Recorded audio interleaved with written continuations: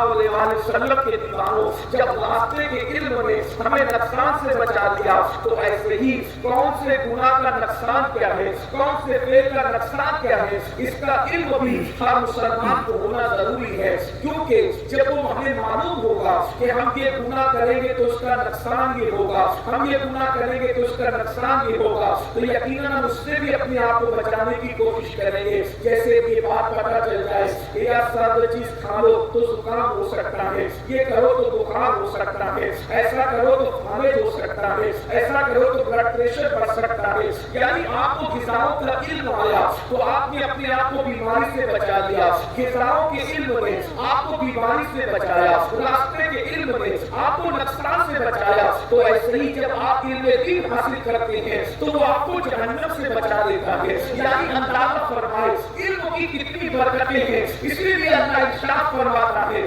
انما یخشی اللہ من عبادہ العلماء، کہ اللہ کے بندوں میں اللہ سے سب سے زیادہ ڈرنے والے علم والے ہیں، اس لیے کہ ان کو علم ہے، علم کی بنیاد پر وہ جانتے ہیں اگر نماز نہیں پڑھیں گے تو گناہ کیا ہے، اس کا عذاب کیا ہے، اگر روزہ نہیں رکھیں گے تو اس کا گناہ کیا ہے، اس کا عذاب کیا ہے، اگر حج نہیں کریں گے اس کا گناہ کیا ہے، اس کا عذاب کیا ہے۔ درد کے انسان جو ہے علم کی وجہ سے یہ ساری چیزوں کو معلومات اس کی حاصل کرتا ہے۔ آج کے اس دارالعلوم کے اس دستار کی موقع پر میں آپ سے گزارش کرتا ہوں خود بھی علم دین حاصل کرو، اپنے بچوں کو بھی علم دین سے روشناس کراؤ، اس لیے کہ علم دین کے بغیر آپ صحیح نماز نہیں پڑھ سکتے، صحیح طور پہ وضو نہیں کر سکتے، صحیح طور پہ روزہ نہیں رکھ سکتے۔ یاد رکھنا صرف بھوکے رہنے کا نام تو روزہ نہیں، صرف سر کو زمین پہ رکھنے کا نام تو نماز نہیں، ستاروں کے آگے جہاں اور بھی ہے، ابھی عشق کے امتحان اور بھی ہے، اور اپنے بچوں کو بھی علم کے سیوا سے آراستہ کرو۔ ہر مذہب کے اندر عبادت کی اہمیت ہے، مگر مذہب اسلام کے اندر عبادت سے زیادہ علم کی اہمیت ہے۔ فرمایا گیا جو علم حاصل کرنے کے لیے ایک قدم اٹھاتا ہے اللہ اس سے 1 سال کی عبادت کا ثواب عطا فرماتا ہے۔ اللہ کے رسول صلی اللہ علیہ وسلم ارشاد فرماتے ہیں اگر زمین کے اوپر کسی جنتی کا چہرہ دیکھنا ہو تو ان لوگوں کو دیکھو جو علم دین حاصل کرتے ہیں۔ اللہ کے بندوں ذرا غور تو کرو، اسی لیے اللہ کے رسول صلی اللہ علیہ وسلم ارشاد فرماتے ہیں کہ رات کے مختصر سے حصے میں علم کی ایک بات کا سیکھ لے گا، رات بھر جاگ کر نفل عبادت کرنے سے بہتر ہے۔ اللہ کے بندوں ہمیں علم کی طرف آنا ہوگا، اور یہ بات یہ بھی یاد رکھیں کہ علم سے مراد جب بھی علم کہا جاتا ہے تو بعد میں دوسروں نے چاہے وہ کسی سازش کے تحت یہ تقسیم کیا کہ یہ علم دین ہے، یہ علم دنیا ہے، لیکن ہمارے نزدیک تو ہر علم علم ہی ہے۔ جو بھی علم اللہ کی خوشی کے لیے، اللہ کی رضا کے لیے، قوم کو ترقی پہ لے جانے کے لیے حاصل کیا جاتا ہے وہ سب علم جو ہے اللہ رب العزت کے نزدیک قابل احترام ہے، انسان کے نزدیک قابل تعظیم ہے۔ ہمیں ہر علم سیکھنے کا حکم دیا گیا ہے، بلکہ ایک بات میں آپ کو بتاؤں ہر علم کا سرچشمہ قرآن ہے۔ آپ کسی بھی علم کی بات کریں قرآن اس پر ضرور گفتگو کرے گا، بلکہ میں وقت کے اندر کچھ ہے وہ گنجائش کم ہے اس لیے بات رکھنا چاہتا ہوں۔ ہمارے جتنے بڑے بڑے بزرگ گزرے ہیں سب بڑے بڑے سائنسداں تھے، سب بڑے بڑے جغرافی داں تھے، بلکہ سارے علوم کی خدمت ہمارے بزرگوں نے جتنی کی ہے اتنا کوئی نہیں کر سکتا۔ یہاں اگر پڑھے لکھے لوگ موجود ہیں وہ میری بات کی طرف ضرور جو ہے تائید کریں گے، علماء بھی تائید فرمائیں گے، میں ان کی معلومات میں اضافہ تو نہیں کروں گا لیکن وہ میری تائید ضرور کریں گے۔ دیکھو ایک علم ہے، میں صرف آپ کے سامنے علم کی اہمیت رکھ رہا ہوں، ایک علم ہے اس کو علم صوتیات کہتے ہیں، یعنی آواز کا علم، آپ اس کو ساؤنڈ بھی کہہ سکتے ہیں۔ ساؤنڈ کا جو علم ہے اللہ اکبر اس کا ایک ضابطہ پڑھایا جاتا ہے، جو بچوں نے سائنس پڑھا ہوگا وہ آپ کو بتائیں گے اور آپ خود نے بھی پڑھا ہوگا تو آپ تصدیق کریں گے۔ وہ ساؤنڈ کا جو علم ہے، علم صوتیات جو ہے، آواز کا جو علم ہے اس کا ضابطہ یہ ہے آواز سنائی کیوں دیتی ہے تو آپ کہیں گے اس کا ضابطہ یہ ہے آواز اس لیے سنائی دیتی ہے کہ آواز کی لہریں ہوا کے گوشت پر سفر کرتی ہے، یہ ضابطہ ہے، اس لیے کہ اگر ہوا نہیں ہے تو آپ کو آواز سنائی نہیں دے سکتی، آواز محتاج ہے، الفاظ محتاج ہے ہوا کے، اسی لیے اگر کوئی بندہ کانچ کے اندر بند رہ کر گفتگو کرے اس کے ہونٹ ہلتے تو نظر آئیں گے مگر آپ اس کی آواز سنائی نہیں دے گی، کیونکہ آواز کے لیے کیا ہے، الفاظ جو ہے ہوا کے دوست پہ سفر کرتے ہیں، آواز کی لہریں ہوا کے دوست پر سفر کرتی ہے، ہوا کے بغیر آواز سنائی نہیں دیتی، اسی لیے چاند پر جاؤ گے تو آپ کو آواز سنائی نہیں دے گی کیونکہ وہاں پر ہوا نہیں ہے۔ یہ بات اگر آپ کو سمجھ میں آ گئی، ضابطہ یہ ہے آواز کی لہریں ہوا کے دوست پر سفر کرتی ہے۔ دنیا میں سب سے پہلے اس ضابطے کو جس نے پیش کیا ہے وہ امریکہ نہیں ہے، وہ برطانیہ نہیں ہے، وہ یورپ نہیں ہے، سب سے پہلے یہ ضابطہ پیش کرنے والی ہستی کو علی ابن حسین ابن علی امام زین العابدین کے نام سے جانا جاتا ہے، امام زین العابدین کے نام سے جانا جاتا ہے، جنہوں نے یہ ضابطہ پیش کیا۔ علی کا پوتا امام حسین کا بیٹا دنیا کو ضابطہ دے رہا ہے کہ آواز کی لہریں ہوا کے دوش پہ سفر کرتی ہے، اور وہ کس طرح سے جب کربلا کے اندر سب شہید ہو گئے، لاشوں پر گھوڑے دوڑ گئے، لاشیں ٹکڑے ٹکڑے ہو گئی، امام زین العابدین نے قاصد کو نہیں بلایا، امام زین العابدین نے کبوتر کو نہیں بلایا، امام زین العابدین نے کبوتر کو نہیں بلایا، بلکہ کس کو بلایا؟ کہتے ہیں ان القیا ریح الصبا یوم البنا ارض الحرم بلغ سلامی روضۃ فیہا النبی المحترم۔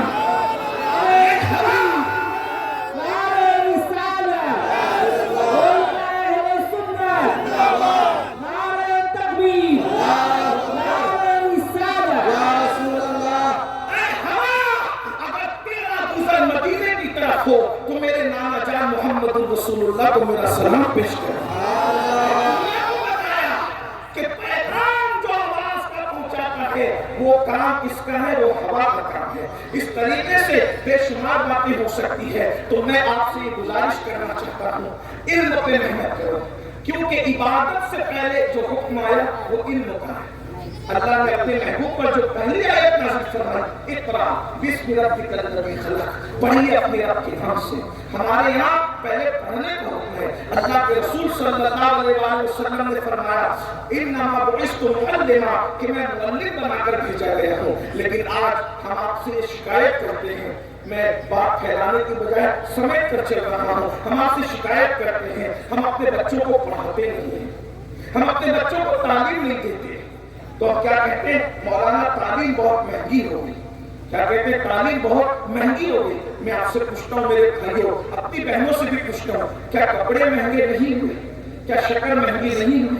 کیا تیل مہنگا نہیں ہوا؟ کیا جوتے چپل مہنگے نہیں ہوئے؟ کیا موبائل کا ریچارج مہنگا نہیں ہوا؟ جب ہر چیز مہنگی ہے اور ہم ہر چیز کو استعمال کر رہے خرید رہے، شکر مہنگی ہونے کی وجہ سے چائے پینا چھوڑ دیا، گھی مہنگا ہونے کی وجہ سے کھانا بنانا چھوڑ دیا، کپڑے مہنگے ہونے کی وجہ سے پہننا چھوڑ دیا، جوتے مہنگے ہونے کی وجہ سے پہننا چھوڑ دیا۔ جب ہر مہنگی چیز کا مقابلہ کر رہے ہو تو تعلیم کی شکایت کیوں کرتے ہو کہ تعلیم مہنگی ہو گئی؟ کتنی بھی مہنگی ہوگی تعلیم، ہم 8 گھنٹے کی بجائے 12 گھنٹے محنت کریں، 12 گھنٹے کی بجائے 16 گھنٹے محنت کریں، اور اپنے بچوں کو اور بچیوں کو پڑھائیں، دین کا علم بھی پڑھائیں اور دنیا کا علم بھی پڑھائیں۔ دنیا کا علم کم سے کم اتنا ہونا چاہیے کہ ہمارے گھر کا بچہ بچی گریجویٹ ہو، اور دین کا علم اتنا ہونا چاہیے کہ اگر ہمارے گھر میں بچہ پیدا ہو تو ہمیں مؤذن اور امام کی ضرورت نہیں پڑے، ہمارے گھر کے بچے کے کان میں اذان ہم ہی دیں گے، اور اگر باپ کا انتقال ہو جائے تو غسل ہم دے کر جنازہ بھی ہم ہی پڑھا رہے ہیں۔ یہی خواب تھا صوفی ہند کا، یہی خواب تھا حافظ صاحب کا، یہی خواب ہے علماء کرام کا، کیونکہ ہمارا مذہب یہ چاہتا ہے کہ تم اپنے گھر کی میت کا جنازہ خود پڑھاؤ۔ کیوں؟ اس لیے کہ ایک بیٹا جو دل کی گہرائیوں سے اپنے باپ کے جنازے میں مغفرت کی دعا کر سکتا ہے وہ مسجد کا امام ہے۔ اس لیے کہ جس کو جتنا رشتہ ہوتا ہے اتنی محبت ہوتی ہے۔ تو آخر ہم نے اپنے بچوں کو تاجر نہ بنایا، ہم نے اپنے بچے کو اس قابل کیوں نہیں بنایا کہ وہ ہمارا جنازہ پڑھے، بلکہ افسوس ہے ہم نے برسوں لگائے کہ میرا بیٹا میری دکان سنبھالنے کے قابل ہو جائے۔ کیا ہم نے یہ بھی سوچا کہ میرا بیٹا 3 مرتبہ صحیح قول اللہ شریف پڑھ کے مجھے اظہار ثواب کرنے کے قابل ہو، میرے لیے دعائیں مغفرت کرنے کے قابل ہو جائے؟ ارے کس قدر افسوس کی بات ہے کہ ساری دنیا جنازہ پڑھتی ہے اور اپنا بیٹا جنازہ پڑھنے کے قابل نہیں ہوتا. اس سے بڑھ کر باپ کی محرومی کیا ہے؟ یہ علماء کرام کی قدر کرو، ان علماء کی عزت کرو، ان مدرسوں کا خیال کرو، ان کا تعاون کرو، ان کے لیے محنتیں کرو، ان کو حقیر نہ سمجھو، اس لیے کہ یہ علماء یہ چاہتے ہیں کہ دین کی شمع جلے. اور یاد رکھنا کل بھی ہمیں ترقی ملی تھی دین پر عمل کرنے کی وجہ سے، اور آج بھی ترقی ملے گی دین پر عمل کرنے کی وجہ سے. اللہ کے دین کے قریب آؤ، اس لیے کہ جس دین کی برکت سے خدا مل جاتا ہے اس دین کی برکت سے کیا نہیں مل سکتا. اور آپ کو بتاؤں، یاد رکھنا اگر باپ ڈھیلا پڑ رہا ہے بچوں کو پڑھانے کے معاملے میں تو ماؤں کو چاہیے کہ ماں محنت کرے. اس لیے کہ میری اپنی چھوٹی سی معلومات میں جتنے ولیوں کو پڑھایا ماؤں نے، سبحان اللہ، باپ کا حصہ ولیوں کو پڑھانے میں بہت کم لگا. کیوں؟ اللہ کی شان تھی. جتنے بڑے ولی ہیں سب بچپنے میں یتیم ہوئے. ان کے ابا لوگ بچپنے میں دنیا سے چلے گئے. غوث پاک بچے تھے، ان کے والد کا انتقال ہو گیا. غریب نواز بچے تھے، ان کے والد کا انتقال ہو گیا. بابا فرید بچے تھے، ان کے والد کا انتقال ہو گیا. محبوب الہی بچے تھے، ان کے والد کا انتقال ہو گیا. صابر کلیہ بچے تھے، ان کے والد کا انتقال ہو گیا. کس نے پڑھایا؟ ماں. سبحان اللہ. جب پیدا ہو گئی چرخا کاٹ کاٹ کے ماؤں نے پڑھایا. اور ماؤں نے کتنا پڑھایا؟ شیخ عبد القادر جیلانی کو پڑھا کر ماں نے غوث اعظم بنایا. سبحان اللہ. معین الدین کو پڑھا کر غریب نواز بنایا. سبحان اللہ. بلکہ سبحان اللہ غریب نواز کی امی تو کیا امی ہے. سبحان اللہ. جب غریب نواز ہندوستان آنے لگے تو سرحد پہ پہنچتے پہنچتے 5 لاکھ لوگ مسلمان ہو گئے. تو ایک تاریخی واقعہ میں آیا ہے. ایک تو مورخین کہتے ہیں کہ ماں کا بھی اصرار ہو گیا تھا، لیکن بعض مورخین کہتے ہیں ہندوستان آنے تک آپ کی امی حیات تھی تو آپ نے سرحد سے ماں کو خط لکھا کہ امی اللہ نے میری زبان میں اتنی تاثیر پیدا کر دی کہ میں ابھی ملک کے اندر نہیں پہنچا، ابھی سرحد تک پہنچا اور 5 لاکھ لوگ میرے ہاتھ پہ کلمہ پڑھ کے مسلمان ہو گئے. میری زبان میں تاثیر کتنی ہے. اور ماں کے خط کے انتظار میں رکے رہے. تو ماں نے جواب دیا بیٹا یہ تیری ماں کی محنتوں کا نتیجہ ہے کہ تیری زبان میں تاثیر ہے، کیونکہ تیری ماں نے تجھے کبھی بغیر وضو دودھ نہیں پلایا. یہ اسی تقوی کی برکت ہے کہ اللہ نے تیری زبان میں اتنی تاثیر پیدا فرمائی. اندازہ تو کرو مسلمانوں، یہ وہ مائیں تھی. آج مائیں جو ہے وہ ان کو زیورات کا شوق ہے، ماؤں کو اچھے کپڑے پہننے کا شوق ہے، ماؤں کو سیریل دیکھنے کا شوق ہے، ماؤں کو بے پردہ گھومنے کا شوق ہے. ہنسنے کی بات نہیں، میں اپنی بہنوں سے کہتا ہوں یاد رکھنا کبھی دھتورے کے پودے پر گلاب نہیں اگا کرتا. اگر آپ اپنے گھر میں غوث اعظم پیدا کرنا چاہتی ہو تو اب قیامت تک کسی کے گھر میں غوث پیدا نہیں ہوگا، غوث اعظم پیدا نہیں ہوگا، لیکن غلام غوث ضرور پیدا ہو سکتا ہے. اس کے لیے شرط یہ ہے تم فلم کی اداکارہ کے طریقے پہ چلو گی تو تمہارے گھر میں غلام غوث پیدا نہیں ہوگا، چکر پیدا ہوگا، ساری پیدا ہوگا، شرابی پیدا ہوگا. اور غوث اعظم کی ماں کے نقش قدم پر چلو گی تو غوث اعظم تو نہیں، غوث اعظم کا غلام ضرور پیدا ہو سکتا ہے. آج ماؤں کے لیے ضرورت ہے کہ مائیں نیک بنے، باپ کے لیے ضرورت ہے باپ نیک بنے، متقی بنو، پرہیزگار بنو. بتاؤ جو ماں باپ خود نماز نہیں پڑھتے ان کی اولاد نیک کیسے ہو سکتی ہے؟ بتاؤ. بلکہ سن لو اللہ کے رسول صلی اللہ علیہ وسلم نے تو یہاں تک فرمایا کہ جو نماز نہیں پڑھتے اللہ تبارک و تعالیٰ نے ایک ایسی وادی ان کے لیے جہنم میں تیار کر رکھی ہے کہ جس سے جہنم بھی ایک دن میں 36 مرتبہ پناہ مانگتا. آپ لوگ سوٹر پہن کے بیٹھے، کانٹوں پہن کے بیٹھے، شال ہو کے بیٹھے. میں بھی ایسی چلایا تو مجھے ایسا لگا کہ مجھے بھی کچھ اوڑھ کر پہن کے آنا چاہیے تھا. میں سوچتا ہوں کبھی کبھی یاد ہم اتنے کمزور ہیں کہ ہم سے سردی برداشت نہیں ہوتی جنگلوں کی، تو جہنم کی آگ ہم کیسے برداشت کریں؟ اور یہ جہنم کی آگ کوئی کہانی کس طرح نہیں ہے کہ ہم اس کو سن کر کے خدا پہ ہنستے رہتے ہیں. یہ حقیقت ہے، کیونکہ یہ مولوی صاحب کی داستان نہیں ہے، یہ کسی جلسے کے ناظر کا بیان کرتا فلسفہ نہیں ہے، یہ کسی مفتی اور شیخ الحدیث صاحب کے ذہن کی اپج نہیں ہے. یہ اس رسول کا فرمان ہے جنہوں نے جہنم کی آگ کو اپنی آنکھوں سے دیکھا ہے، جہنم کی آگ کا مشاہدہ کیا ہے۔ اللہ کے سچے رسول تمہارے میرے نبی، ان پر آپ یقین رکھتے ہو۔ مجھے پتا ہے ہمارے یہاں علم ہو یا نہ ہو، لیکن یہ ہمارے مذہب کی خصوصیت ہے کہ عالم نبی سے جتنا پیار کرتا ہے ایک ان پڑھ بھی نبی سے اس سے کم پیار ہے۔ ہاں، نبی کے معاملے میں تو عالم اور ان پڑھ سب ایک ہو جاتے ہیں۔ اللہ کا یہ کرم ہے کہ اللہ نے ہمارے سینوں میں محبت رسول عطا کی ہے، ہمارے سینوں میں عشق رسول عطا کیا ہے، اور ہم خوش نصیب ہیں کہ ہمارے مقدر میں نبی بھی آیا۔ ارے موسیٰ بھی آتے تو مقدر تھا، عیسیٰ بھی آتے تو مقدر تھا، داؤد بھی آتے تو مقدر تھا، مگر اللہ نے ہمیں نہ حضرت موسیٰ کو امتی بنایا، نہ حضرت عیسیٰ کو امتی بنایا تو اپنے محبوب کو امتی بنایا۔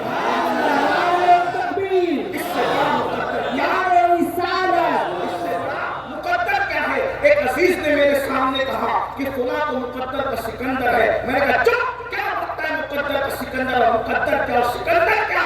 ارے اگر سکندر میرے دور میں ہوتا تو میں اس کا ہاتھ پکڑ کے کہتا کہ تو میرے مقدر پہ ناز کر، تو ہمارے مقدر پہ ناز کر۔ کیوں؟ کیونکہ سکندر نے 16 سال محنت کی اور اس کو آدھی سے زیادہ دنیا مل گئی، مگر جب مرا تو جنازے میں ہاتھ خالی لے کر کے گیا۔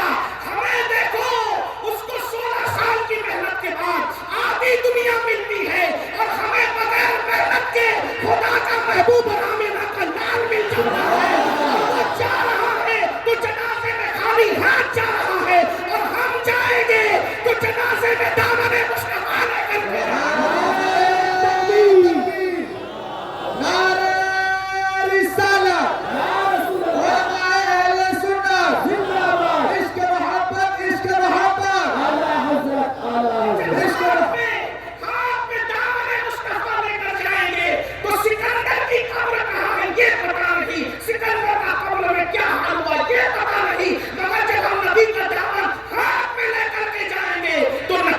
ہماری تعظیم کرتے نظر آئیں گے، نقیلین کے احترام کرتے نظر آئیں گے۔ اسی کو تو میرے امام کہتے ہیں، نقیلین کرتے ہیں تعظیم میری، فدا ہو کے تجھ پہ یہ عزت ملی ہے۔ میرے بھائیوں، نبی کا دامن مل گیا، حضور کا دامن مل گیا، آخری نبی کی امتی ہو، اس سے بڑا کوئی اعزاز نہیں۔ ارے بادشاہت چھوٹی ہے، نبی کی نسبت بڑی ہے۔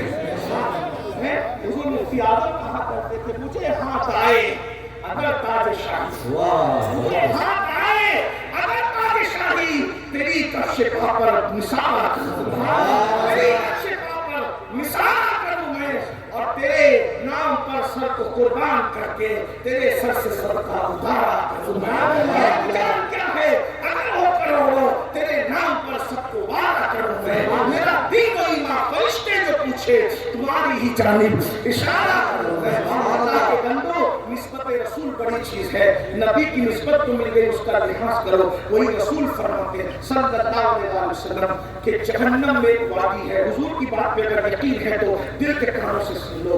سردی برداشت نہیں ہوتی، اگر بتی کا چٹکا برداشت نہیں ہوتا، ماچس جلی ہوئی کی تیلی برداشت نہیں ہوتی، کوئلہ ہاتھ میں نہیں لے سکتے۔ اللہ اکبر، میرے اور تمہارے رسول فرماتے ہیں جسے جہنم کہتے ہیں اس کو 3000 سال تک اللہ نے بھڑکایا ہے، 3000 سال تک اللہ نے بھڑکایا ہے، اور وہ بھڑکی ہوئی جہنم میں بھی ایک وادی ہے جس سے جہنم بھی ایک دن میں 36 مرتبہ پناہ، ایک دن میں 36 جس سے جہنم، میں اس سے بڑی بات کچھ نہیں کہہ سکتا۔ جس کو نبی پر بھروسہ ہوگا بس اب وہ میری بات کو سمجھنے کی کوشش کرے گا۔ اور میں پھر کہہ رہا ہوں، سردی کی وجہ سے میں بات نہیں کہہ رہا ہوں، میں بات پھیلانے کی وجہ سمیٹ رہا ہوں، ورنہ مجھے 1-1.5 گھنٹہ گفتگو کرنے کی عادت ہے۔ میں آپ موسم کا، کیونکہ موسم میں انسان کی اپنی طبیعت ہوتی ہے، اس کو حاجتیں ہو، جب لوگوں کا خیال کرتے ہوئے نماز مختصر کرنے کا حکم ہے تو لوگوں کا خیال کرتے ہوئے بیان بھی مختصر ہو سکتا ہے۔ اور آپ بہت اچھے سے سن رہے، مجھے معلوم ہے آپ لوگ بہت محبت کرتے ہیں، اور آپ کیوں نہ محبت کریں کہ یہ زمین جو تیار ہوئی ہے وہ فلسفیوں نے تیار نہیں کی، یہ زمین صوفی ہند نے تیار کی، یہ زمین حافظ صاحب نے تیار کی، یہ زمین علماء نے تیار کی ہے۔ الحمدللہ۔ تو اللہ کے رسول کی بات پر یقین ہے تو پھر سن لو، اللہ کے رسول علیہ السلام فرماتے ہیں جس سے جہنم بھی ایک دن میں 36 مرتبہ بنا، 36 مرتبہ۔ جب جہنم کی آگ ٹھنڈی پڑنے لگتی ہے تو اللہ تبارک و تعالیٰ اس وادی کو کھول دیتا ہے تو دوبارہ سے جہنم کی آگ بڑھتی ہے۔ پورے جہنم میں سب سے زیادہ اسی وادی میں عذاب ہے، اتنا دردناک عذاب ہے اس میں کہ اگر پہاڑ ڈالا جائے تو پہاڑ بھی پگھل جائے۔ میں اپنی بہنوں سے اور آپ سے بھی کہتا ہوں جس میں پہاڑ پگھل جائیں اس میں میرے اور تمہارے ہڈی چمڑے کی حیثیت کیا ہے؟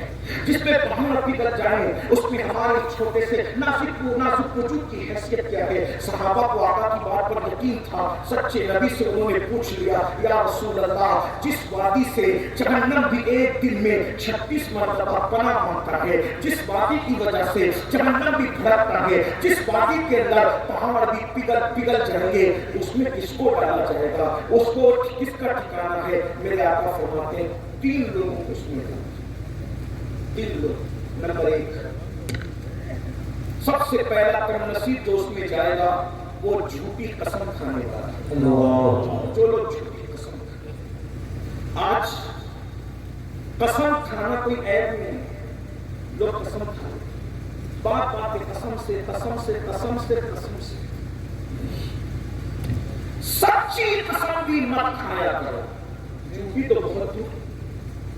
سچی قسم کب تک مت کھاؤ؟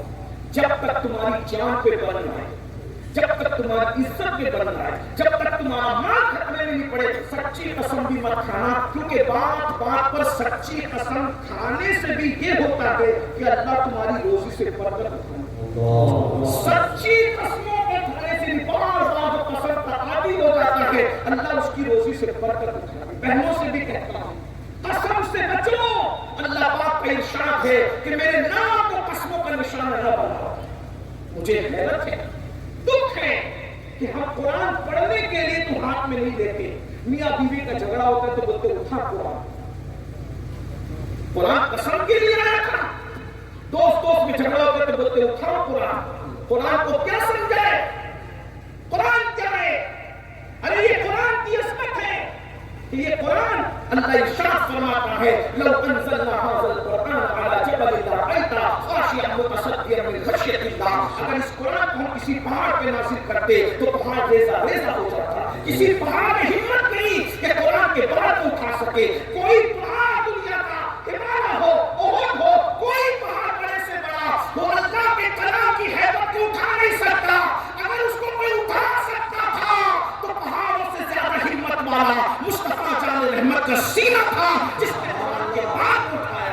اس قرآن کو قسموں کے لیے اٹھاتے ہو، یہ قرآن قسموں کے لیے، یاد رکھنا نسلیں تباہ ہو جائے گی قرآن کی جھوٹی قسم کھانے والوں۔ اللہ ارشاد فرماتا ہے جو میرے نام کی جھوٹی قسم کھائے گا میں اس پہ بھی لعنت کروں گا اور اس کے ساتھ پشتوں پہ لعنت کروں گا۔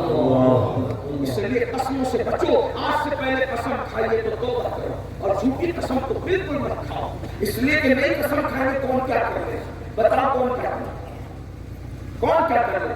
مار ڈالیں، زیادہ سے زیادہ مار ڈالیں، اس سے زیادہ کر انسان کے بس میں مار ڈالنے سے زیادہ ہوتا ہے، بل وہ بھی اس کے بس میں نہیں، جب تک خدا نے زندہ رکھنا ہے کون مار سکتا؟ انسان کی حفاظت موت کرتی، آپ کی ہماری زندگی کو موت بچاتی ہے، موت، اس لیے کہ جب تک اللہ موت کو بھیجے گا نہیں ہماری موت کبھی آئے گی۔ اللہ نے بچایا تو کیسے بچایا؟ وہ بچانا چاہتا ہے تو مکڑی کے جالے سے بھی بچا لیتا ہے، وہ بچانا چاہتا ہے تو کبوتر کے گھونسلے سے بھی بچا لیتا ہے، اور اگر وہ مارنا چاہتا ہے تو نمرود کو لگڑے مچھر سے بھی ہلاک کر دیتا ہے۔ اللہ ہے، اس لیے پہلی بات جھوٹی قسم نہ کھاؤ۔ ایک نمبر 2 جو اس وادی میں ڈالا جائے گا، نمبر 2 کم نصیب جو نماز چھوڑے، نماز ترک کرتے ہیں۔ نماز چھوڑنے والوں کا بڑا برا حال ہے، بہت معافی کے ساتھ ہوں، آپ لوگ یہ سمجھتے ہیں کہ نماز نہیں پڑھ کے بھی ہم اللہ کے نزدیک مومن رہیں گے، جنت میں جائیں گے، بہت معافی کے ساتھ ہوں، اگر آپ نے نماز چھوڑ دی، آپ اللہ تو اللہ، رسول اللہ تو رسول اللہ، بہت سارے صحابہ کے نزدیک بھی آپ اپنا ایمان ثابت نہیں کر سکتے۔ 100 سے زیادہ صحابہ کا فتویٰ ہے کہ بے نمازی کافر ہے۔ ہم حنفی ہونے کی وجہ صرف نہیں کہتے، ان فتووں کی تعویل کرتے ہیں. مگر سنیے بے نمازی کا انجام. ایک روایت پڑھتا ہوں پھر آگے بڑھتا ہوں اور ختم.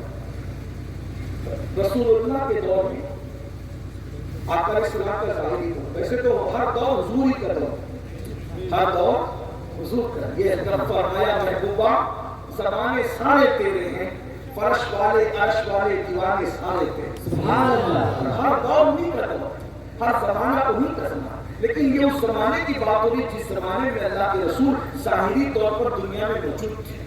اللہ کے رسول کی محفل سچی. ایسے میں جوان روتے ہوئے آتا ہے اور روتے ہوئے آتا ہے اور آ کر کے اللہ کے رسول نے اس کو روتے ہوئے دیکھا تو حضور کی شان.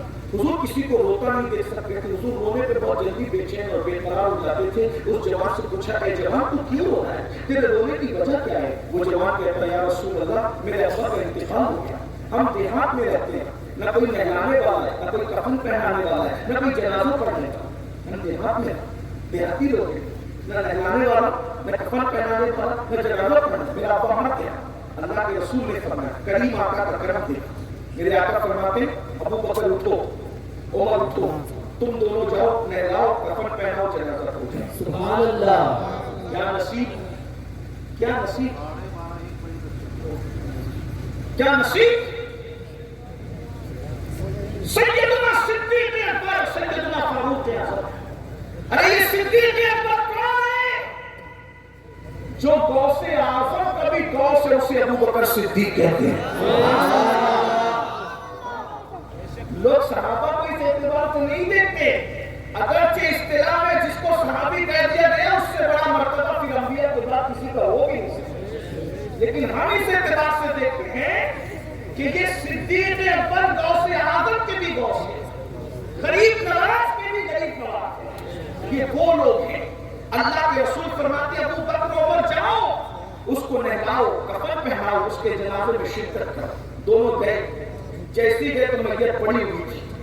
جیسی نہلانے کے لیے اس کے منہ سے چادر ہٹائی، کیا دیکھا کہ اس کا منہ کالے سور کا ہو گیا. میت کا منہ کالے سور. رسول اللہ کے دور کا انسان دیہات میں رہنے والا، اس کا منہ کالے سور کا ہو. غور کیجیے. علامہ عثمان اپنی کتاب میں لکھتے ہیں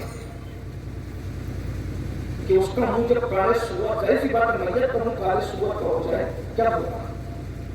دونوں رونے واپس سے چادر ڈال اور چادر ڈالنے کے بعد کہا جاؤ اللہ کے رسول سے کہو یا رسول اللہ اس کا منہ تو سور کی طرح، کالے سور کی، کالے خنزیر کی طرح. وہ بھی خنزیر تو خنزیر، خنزیر خنزیر ہی نہیں، کالا سور. کتنا بدترین دکھتا ہے کالا سور.